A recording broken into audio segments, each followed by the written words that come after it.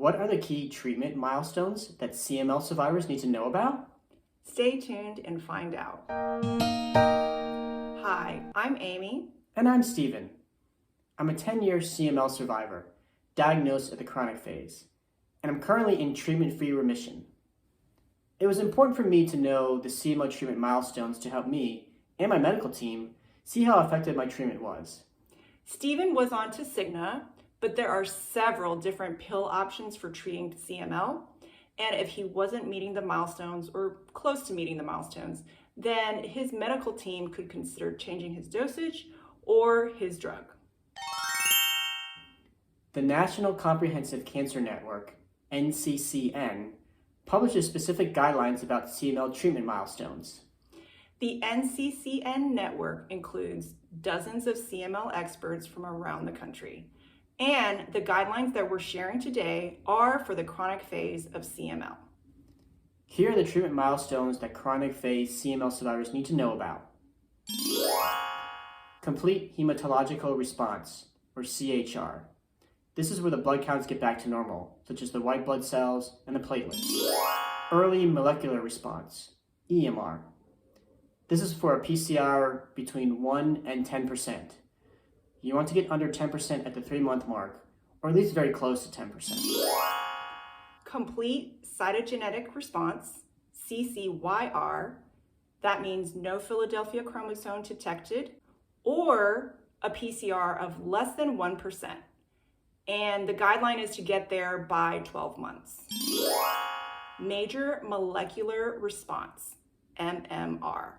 That's a PCR of less than 0.1%, and the guideline is to get there between 12 to 18 months.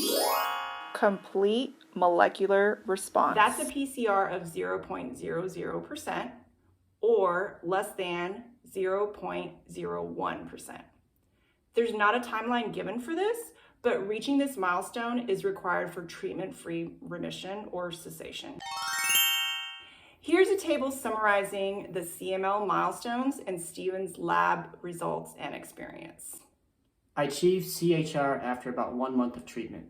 At 3 months, my PCR was 8.5%, which is better than the guidelines of 10% to be at EMR. At 12 months, Steven's PCR was 1.3%. This is a little bit higher than the guidelines of 1% for CCYR, but close enough. I did eventually get there by 18 months. At 18 months, Steven's PCR was 0.28%. Again, it's a little bit higher than the MMR guidelines of 0.1%, but close enough. I was trending down all the time. To me, that was the more important thing than hitting the exact number. It took Steven a little bit longer to get to both the CCYR and the MMR than what the NCCN guidelines say. Even after he reached MMR that first time, his next PCR went up to 0.2%. But then it went down to 0.03% on the next PCR test after that, and then it never got higher than that. If my PCR was up for one test, sure, I'd be concerned. But I learned to look at the trend in my numbers. I don't just look at one number. One number doesn't represent how things were really going with my treatment. I learned to look at 2 or maybe 3 of my PCRs to see how the trend of how I was doing. Steven's PCR was negative for the first time in January 2015. Yay! That was almost 4 years after diagnosis. I bounced around between 0.00%, less than 0.01%, and 0.01% for the next 4+ years. But I was still eligible to stop my drugs, also called cessation or treatment-free remission. Even though I didn't meet CCYR and MMR at the specific timeframes as set by the NCCN, I'm still currently in TFR and have been there for almost 18 months.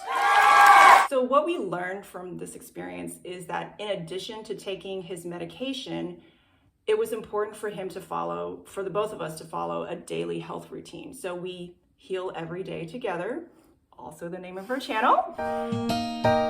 And we make sure to have healthy headspace, have good eating habits, stay very active, and have a healthy lifestyle.